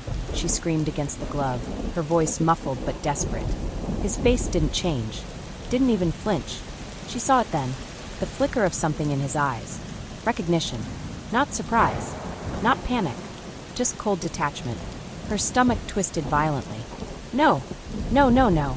This was supposed to be a date. A normal date. But it wasn't. It had never been. Daniel finally took a step forward, crouching down so he was at her eye level. The way he moved, so calm, so methodical, made her sick. His voice was soft when he finally spoke. "You really should have let me walk you to your car, Hannah." Terror surged through her veins. She struggled harder, digging her nails into the man's wrist, trying to claw her way free. The knife pressed in deeper, just enough to make her freeze. Tears blurred her vision. "Don't fight it," Daniel murmured, his voice almost gentle. "It's already decided." Her pulse pounded violently against her skull. Her mind was screaming at her to do something, anything. This wasn't how it ended. Not like this. The man holding her gave a low chuckle, the sound vibrating against her skin. "Let's go," he muttered. Hannah barely had a second to react before she was dragged to her feet, the knife still pressed against her ribs. Her legs buckled, but the man held her up, gripping her like a rag doll. Daniel stepped aside, clearing the way to the exit door at the bottom of the stairwell. A back exit. Somewhere isolated. Somewhere no one would hear her scream. Hannah's mind raced frantically, her body trembling. If she went through that door, she knew. She wouldn't come back. Hannah's legs barely moved, her body resisting the man's forceful grip as he dragged her toward the exit door at the bottom of the stairwell. Her breath came in shallow gasps, every nerve in her body screaming at her to fight, to run, to do anything. But the cold steel of the knife pressing into her ribs kept her frozen in place. This couldn't be happening. Daniel walked beside them, his hands casually tucked into his pockets, as if he were escorting her instead of helping someone kidnap her. His expression was eerily calm, his gaze empty. No remorse, no hesitation, just cold, detached acceptance. Hannah's mind spun. She had to think. She had to find a way out. If they got her outside, it would be over. Panic threatened to choke her, but she forced herself to focus. Her hands were free, not much, but enough. She tried to slow her breathing, forcing herself to steady her movements. The moment the man adjusted his grip, shifting the knife slightly to reposition her, she struck, with everything she had. Her elbow drove back, hard, smashing into his ribs. The man grunted in pain, his grip loosening for just a second. A second was all she needed. She twisted violently, wrenching herself away from the blade, and ran. Her heart pounded against her chest as she bolted up the stairwell, her boots slamming against the concrete steps. "Get her!" the man shouted, his voice laced with rage. Hannah didn't look back. She didn't think. She sprinted. The stairwell was too dark, too narrow, but she pushed forward, clawing for the door at the top. The sound of heavy footsteps thundered behind her, closing in fast. Daniel wasn't running. The other man was. Her lungs burned, her muscles screamed, but she kept going. 10 more steps. 5. She lunged for the door handle. A hand caught her ankle, yanked her back. She fell hard, her knees scraping against the concrete, her skin burning. A sharp pressure clamped around her wrist, twisting it back. Pain exploded through her arm, white-hot and blinding. She screamed, kicking out wildly, her heel connecting with the man's knee. A furious curse erupted from him, but his grip didn't break. Hannah flipped onto her back, thrashing. She knew if she stopped fighting, it was over. The man hauled her up, slamming her against the wall. Her skull cracked against the concrete, stars bursting behind her eyes. Her vision blurred, dizziness threatening to take over. She saw Daniel watching, standing at the bottom of the stairs, calm, indifferent. Like this was just another night for him. Hannah's stomach twisted. She had to try again. Her hands shot out, clawing at the man's face, digging her nails into his skin. He cursed violently, stumbling back, his grip loosening just enough. Hannah wrenched free. This time, she didn't run up. She ran down, straight for Daniel. His eyes widened, the first sign of emotion she'd seen all night. Good. She barreled into him, her full weight slamming into his chest. They both toppled backward, Daniel collapsing onto the floor with a startled gasp. The moment he hit the ground, she grabbed the knife from his belt. He was armed. Of course he was. Rage flared through her. She gripped the handle tight, turning as the man from the stairs came charging down after her. She had one shot. Her hands trembled, but she didn't hesitate. The moment he was within reach, she swung. The blade sliced through fabric, through flesh. A pained grunt filled the stairwell. Blood splattered against the concrete. Hannah barely registered it. She just ran. She flew through the stairwell door, bursting into the parking lot. The night air hit her like ice, but she didn't stop, didn't turn back. She bolted toward the nearest street, her heartbeat roaring in her ears. Somewhere behind her, she heard shouting. But she didn't care, didn't listen. She just ran. Hannah didn't stop running, not even when her legs ached, not even when her lungs burned. She only slowed when she reached the main road, her body on the verge of collapsing. Streetlights flickered above her, casting long shadows on the pavement. Her head pounded, her hands sticky with blood, but she didn't know if it was hers or his. She turned, scanning the area, half expecting Daniel or the man to come barreling after her. But the parking lot was empty. She sucked in a shaky breath. She had made it. She was alive. But the reality of what had just happened hit her all at once. She had stabbed someone. She had fought for her life. And Daniel had helped them. The sick feeling in her stomach only grew. She stumbled to the sidewalk, her fingers fumbling for her phone. She needed to call someone. The police. An ambulance. Anyone. Her hands shook violently as she unlocked her screen. But before she could dial, a voice rang out behind her. "You shouldn't have done that, Hannah." Her stomach dropped. She turned slowly. Daniel stood across the street, his posture relaxed, his hands tucked into his jacket. Like they were just casually chatting. Her blood ran cold. He was alone. No sign of the man from the stairwell. No blood on him. No panic. Just that same calm expression. Like he wasn't surprised. Like he had expected this. Hannah's grip on her phone tightened. She took a step back. "What do you want?" Her voice was hoarse, barely above a whisper. Daniel tilted his head slightly, his dark eyes unreadable. "You should come with me." Hannah's entire body tensed. She took another step back. "No." His expression didn't change. He exhaled slowly, shaking his head. "I tried to make this easy for you," he said. "But you just had to run, didn't you?" Her throat closed. Every instinct in her screamed at her to move. But before she could, he spoke again. "You're bleeding." The words hit her like ice. She looked down. She hadn't even noticed. Her side was wet.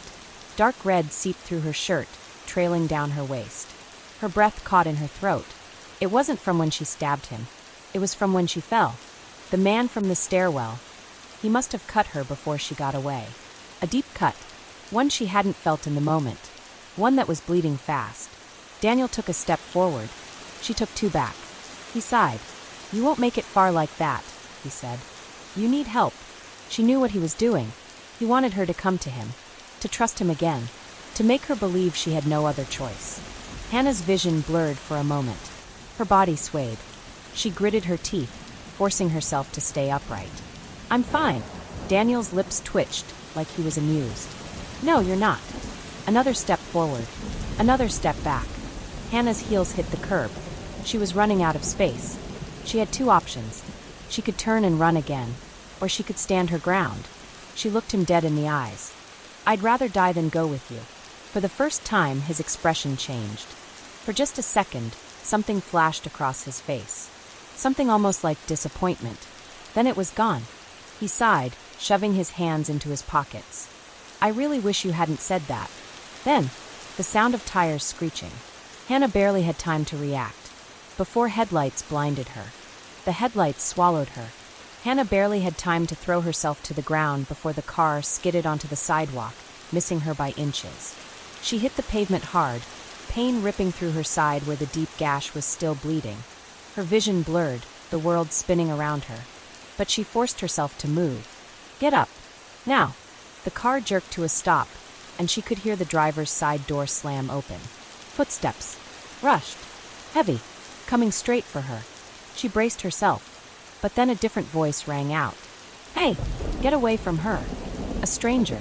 A man from across the street. A passerby. Someone who had seen what was happening. Daniel froze. And for the first time, Hannah saw it. The change. The way his face twisted, just slightly. Not anger. Not fear. Annoyance. Like this was nothing more than a delay to him. He took one last look at her, then turned and walked away. Not ran. Not hurried. Just walked. Like he knew, like he wasn't worried. Like he had all the time in the world.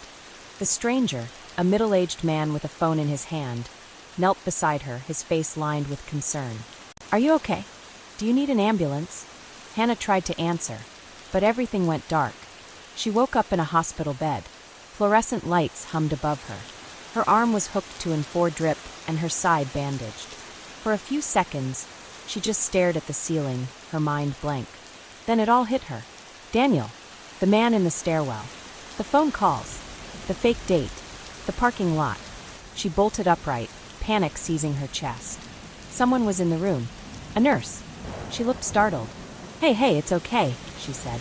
You're safe. You're in the hospital. Hannah's heart pounded. How did I get here? Her voice was raw, hoarse. A man called 911, the nurse said. Said you were attacked. The stranger. The man from the sidewalk. She exhaled shakily, nodding. Daniel. She turned, her breath still unsteady. Did they catch him? The nurse's expression shifted slightly. Hannah knew the answer before she even said it. No. He was gone before the police arrived. Her stomach sank. Of course he was. Of course he had disappeared. He planned this. Every step of it. The police came an hour later. 2 detectives. A woman with sharp, analyzing eyes and a man with a worn-out notepad. She told them everything. The fake date. The weird messages. The feeling of being watched.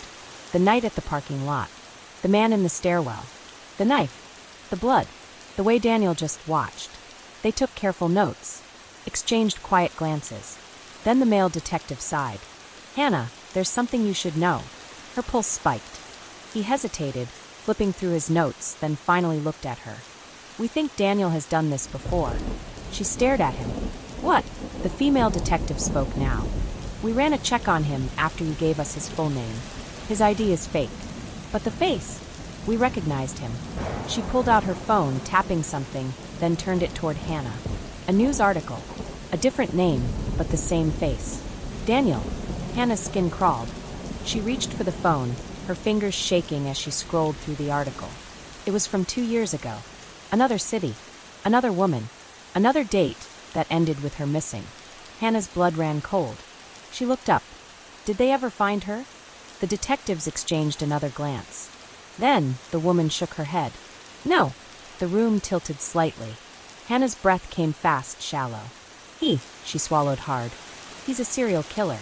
We don't know that for sure, the detective said carefully. But we think he's dangerous. And we think he's been doing this for a long time. A long time. Long enough to know how to cover his tracks. Long enough to know how to disappear. Long enough to not get caught. Hannah was released from the hospital 3 days later. She went home. She changed her locks. She stopped checking dating apps. She stopped going anywhere alone. But no matter how much she tried, she couldn't shake the feeling that he was still out there. Watching, waiting, like he always had been, like he always would be. The police never found Daniel. His name wasn't real. His records didn't exist. And the man in the stairwell, the one Hannah stabbed, there was no body, no report of an injured man found that night. Which meant he either survived, or he was never meant to survive at all. And somewhere out there, Daniel was still waiting for his next date.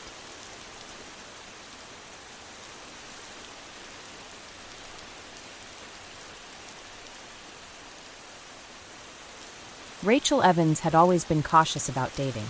A mix of horror stories from friends and a naturally skeptical mind had kept her from diving too deep into the world of online matchmaking. But after weeks of persuasion from her best friend, Claire, she finally caved and downloaded a popular dating app. It started innocently enough. Swipe left, swipe right, a game of digital attraction that felt both exciting and unnerving. Within days, a man named Damian Brooks caught her attention. His profile exuded charm, with photos that painted the picture of an adventurous and sophisticated man. He had a sharp jawline, piercing blue eyes, and an infectious smile. His bio was simple: a lover of good coffee, deep conversations, and the thrill of the unknown. Their conversations were smooth and engaging. Damian was articulate, funny, and seemed genuinely interested in Rachel's life. He asked about her job as a freelance journalist, her favorite authors, and even sent her a playlist filled with songs she might like. It was refreshing, almost too good to be true. After a week of daily chats and late-night phone calls, Damian suggested they meet in person. How about dinner at Le Jardin? I promise you the best pasta in town. Rachel hesitated. Meeting a stranger was risky, but Claire encouraged her. You can't stay locked up forever, Rach. You deserve to have fun. After some back and forth, she agreed, under one condition. Claire would know where she was at all times. The night of the date, Rachel dressed carefully. Nothing too flashy, just a simple navy blue dress and heels. She took a taxi to the restaurant, triple-checking the address Damian had given her. Le Jardin was an upscale French bistro, quiet and dimly lit, nestled in the heart of the city. As she stepped inside, she felt a flutter of anticipation and anxiety. She scanned the room. No sign of Damian. Checking her phone, she saw no new messages. Maybe he was running late? A waiter approached her with a warm smile. Miss Evans. She blinked. Yes. The waiter handed her a note, neatly folded and addressed to her name. A gentleman left this for you about 20 minutes ago. Rachel's stomach tightened. She opened the note with trembling fingers. Rachel, something urgent came up. Meet me at the Redwood Lounge on 8th Street. It's quieter, more private. I promise I'll make it up to you. Damian. Her instincts screamed at her. This was odd. Why not just call or text? She debated leaving altogether, but curiosity won. Checking her location with Claire one last time, she ordered another taxi and headed to the new location. The Redwood Lounge was a stark contrast to Le Jardin. It was quieter, yes, but in a different way. Dimly lit with a handful of patrons nursing their drinks in shadowy corners. The bartender, a middle-aged man with tired eyes, looked up as she entered. Rachel? He asked, confused. Her pulse quickened. Yes. Did someone leave a message for me? The bartender frowned. You're the second person to ask that tonight. Rachel's blood ran cold. The second. A guy came in about 10 minutes ago, looking around like he was expecting someone. Left pretty quick, though. Seemed nervous. Rachel's breath hitched. Did he leave his name? The bartender shook his head. No, but he looked like he saw something that spooked him. Rachel's hands trembled as she pulled out her phone. She quickly typed a message to Claire. Something is off. Call me now. Before she could hit send, a notification popped up. Damian Brooks has deleted his profile. Her heart stopped. What the hell was going on? Then, out of the corner of her eye, she saw it, a figure sitting in the farthest booth, watching her. Not Damian. Someone else entirely. Someone who had been waiting for her. The night air felt thicker than before, as though it carried the weight of something unseen, pressing against her skin. Ellie sat motionless at the kitchen table, her fingers curled around a cup of tea that had long gone cold. The events of the evening played on a loop in her mind. Nathan's piercing stare, the calculated way he spoke, the suffocating silence that filled the car on their way back. Every little detail gnawed at her thoughts, pulling her deeper into a spiral of unease. She had dealt with bad dates before.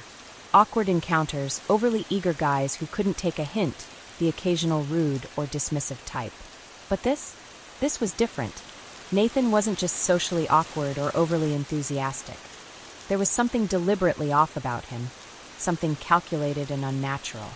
Her phone vibrated against the wooden table, jolting her out of her thoughts. Her stomach clenched as she saw the message. "Nathan, I had a great time tonight. Hope you made it home safe." Ellie swallowed hard, debating whether to respond. The thought of engaging in any further conversation with him made her skin crawl, but ignoring him entirely felt like an invitation for escalation. Maybe a simple, non-committal response would be safest. "Ellie, thanks. Got home fine. Take care." She stared at the screen, watching the 3 little dots appear and disappear, as though he were typing, then reconsidering. Finally, another message came through. "Nathan, good. Sleep well. I'll see you soon." Her breath hitched. Not "I hope to see you again" or "let's go out again sometime," but "I'll see you soon." She locked her phone and set it down, forcing herself to breathe. Maybe she was overreacting. Maybe he just meant it in an innocent way. But her gut told her otherwise, and she had learned a long time ago to trust her instincts. The next morning, Ellie went about her routine as usual, pushing aside the unease still lingering from the night before. Work was a welcome distraction, though every time her phone buzzed, she tensed, half expecting another message from Nathan. At lunch, she confided in her coworker, Lena, about the situation. "Do you think I'm being paranoid?" Ellie asked, stirring her soup absent-mindedly. "Maybe I'm just reading too much into it." Lena frowned. "It doesn't sound paranoid to me. The way he acted, the way he worded that text. That's not normal." Ellie exhaled, relieved that she wasn't the only one who found it strange. "I don't think I want to see him again." "Then don't." Lena leaned forward. "Block him. If he makes you feel unsafe, you don't owe him anything." Ellie nodded, though the thought of blocking him outright made her uneasy. Maybe she was overthinking. Maybe it would just fizzle out on its own. But that evening, as she left work and walked toward her car, her stomach sank. Nathan was standing by the entrance to the parking lot, his hands tucked into his pockets, as if he had been waiting for her. Her heart pounded. She forced herself to stay calm, keep walking, act normal. "Ellie!"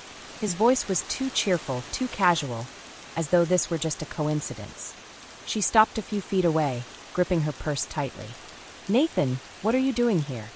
"I thought I'd surprise you," he said, stepping closer. "You didn't reply to my last message."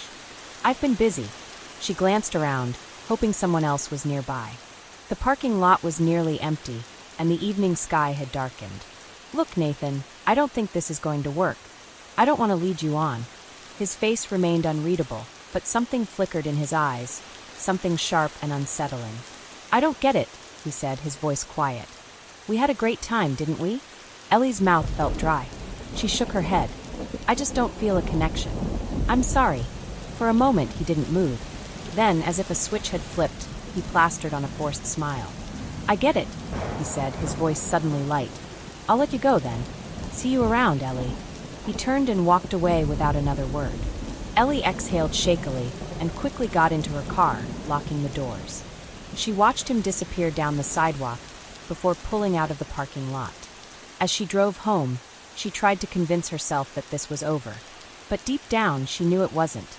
Olivia's world had started to shrink, the once vibrant city streets now feeling like narrow corridors leading her straight into the unknown.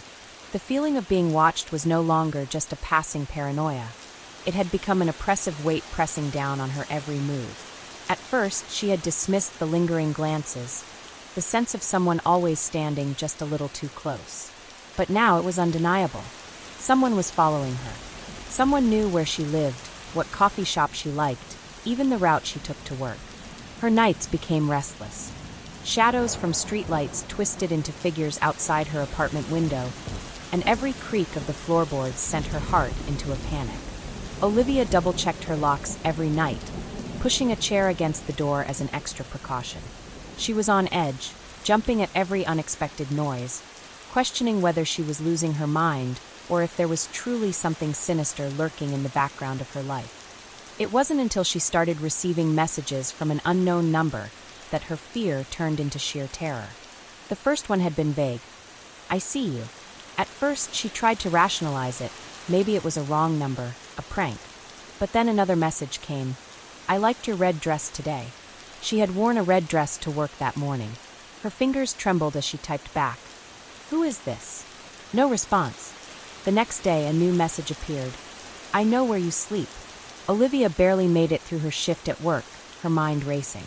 The police. She had to go to the police. But what would she tell them? That she felt like someone was following her? That she was getting eerie texts from an unknown number? Would they even take her seriously? She had heard stories of women who had gone to the police with similar complaints, only to be told there was nothing they could do until something actually happened. She wasn't about to wait for that. She called Camila that evening, voice shaking. "I think I'm being stalked." "What? Olivia, are you serious? Have you told anyone else?" "No, just you. I keep getting these messages, and I feel like someone's watching me." Olivia inhaled sharply, gripping the phone tighter as a dark thought crossed her mind. What if it's Henry? Silence stretched on the other end of the line. Camila sighed. "I knew you were going to say that. I mean, think about it. He already showed up to my work out of nowhere. And what if he was outside my apartment that night? Liv, listen to me. If you really think it's him, you need to go to the police. You can't just..." A loud thump echoed from Olivia's hallway. Her blood ran cold. She turned toward the door, heart pounding. "Camila, someone's outside my apartment." "Lock the door," Camila whispered urgently. "And call the police." Olivia moved toward the door slowly, carefully, pressing her ear against the wood. Footsteps.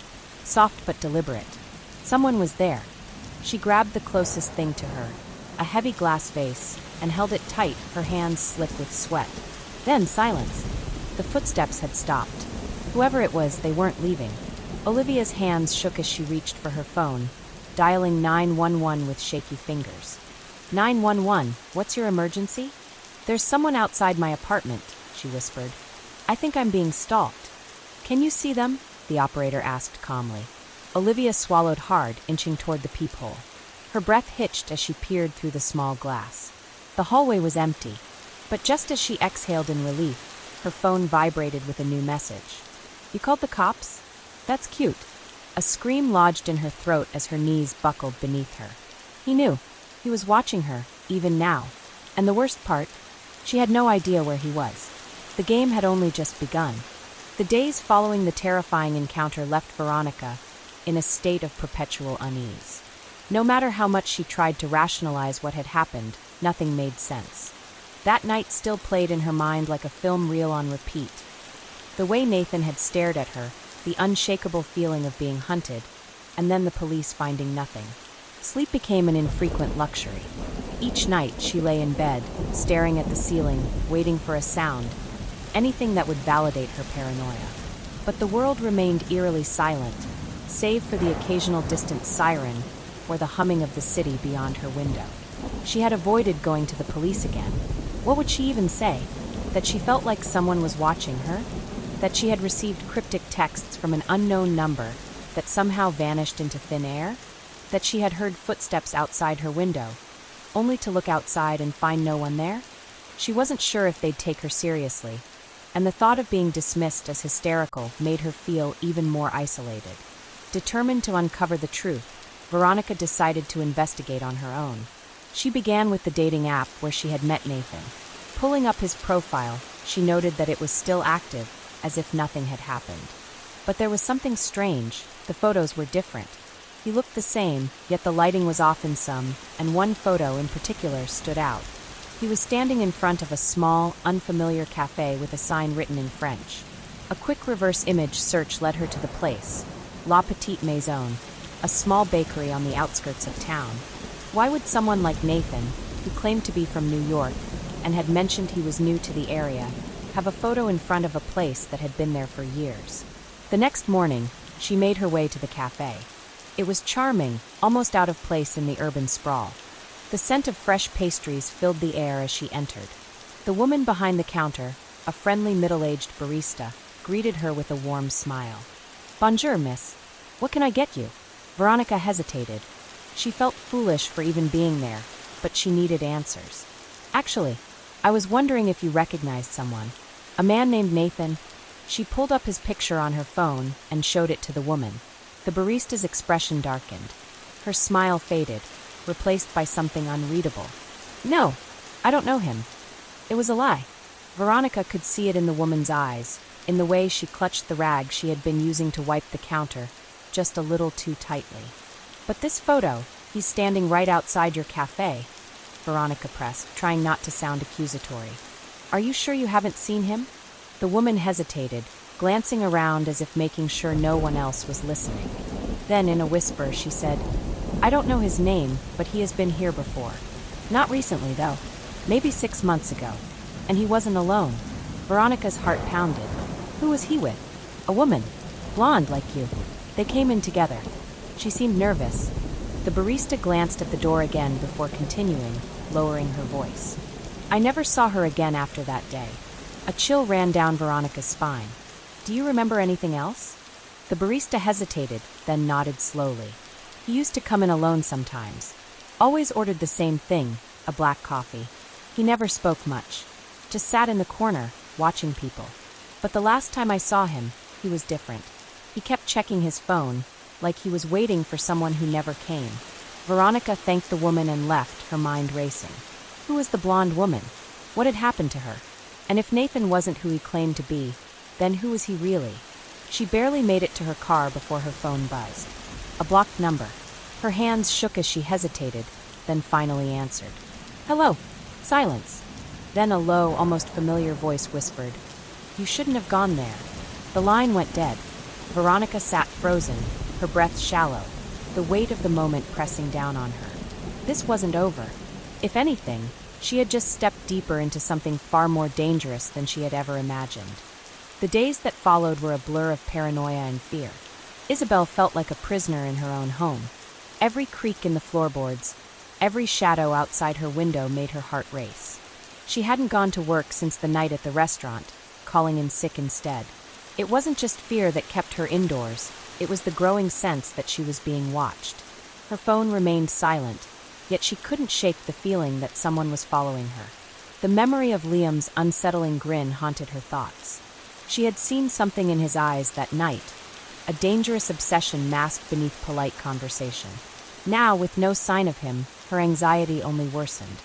She found herself constantly glancing over her shoulder, checking the locks on her doors and windows multiple times before she could even think about sleep. One evening, as she sat curled up on the couch with a blanket, attempting to lose herself in a book, she noticed something out of place. Her kitchen window was slightly open. She could have sworn she had locked it earlier. Her breath hitched as she slowly approached, her hands trembling. She reached for the latch to close it, but a soft breeze whispered against her skin, carrying the distinct scent of cologne. A scent she recognized. Her stomach twisted in knots. Liam! A chill ran down her spine as she quickly locked the window and yanked the curtains shut. She grabbed her phone, ready to call the police, but what would she say? That a window she wasn't entirely sure she had locked was now open? That she smelled someone's cologne? It wouldn't be enough. Still, she couldn't ignore the growing sense of unease. She decided she needed to do something. She needed proof. That night, she went online and ordered a set of security cameras. If Liam was watching her, she would be watching him too. The next day, Isabel installed the cameras herself, positioning them at key entry points. The front and back doors, the windows facing the street, and one inside her living room. She checked the footage obsessively throughout the night, each time finding nothing but the quiet stillness of her apartment complex. By the third night, she started to believe that maybe she had imagined it all. Maybe she was letting her paranoia take over. Maybe Liam had moved on and she was just spooking herself. But just as she was about to close the camera app and go to bed, something appeared on the screen. Her breath caught in her throat. A figure stood in the shadows just beyond the glow of the streetlight. They weren't moving, weren't walking past, just standing, staring directly at her apartment. Her pulse pounded against her ribs as she zoomed in, the grainy image distorting. She couldn't make out any details, but the way the figure stood, motionless, hands in pockets, sent a wave of nausea through her body. And then, as if sensing her eyes on them, the figure turned and disappeared into the darkness. Isabel shot up from her bed, grabbing her phone with trembling fingers. This time, she didn't hesitate. She dialed 911. The operator's calm voice was the only thing keeping her grounded. "What is your emergency?" "There was a man outside my apartment," she whispered, her voice shaking. "He was just standing there, staring." "Do you know who it was?" She swallowed hard. "No, but I have security footage." "Stay inside, lock all doors and windows, and an officer will be dispatched to your location." She nodded even though the operator couldn't see her. "Thank you." After hanging up, she paced the apartment, wringing her hands. Within 15 minutes, red and blue lights flickered against her walls. She rushed to open the door as two officers stepped out of the patrol car. One of them, Officer Kane, took her statement while the other checked the perimeter. Isabel handed them the footage, showing them the figure from the night before. Kane frowned as he studied the video. "No clear face, no identifying features," he muttered. "We'll check the area, but for now, keep your doors locked and call us if anything else happens." "Is that it?" she asked, incredulous. "That's all you can do?" "For now, yes," Kane said, his voice measured. "If he comes back, we'll have a record of it. Try not to panic. Try not to panic." Isabel barely slept that night. Every time she closed her eyes, she saw the dark figure standing in the shadows, watching.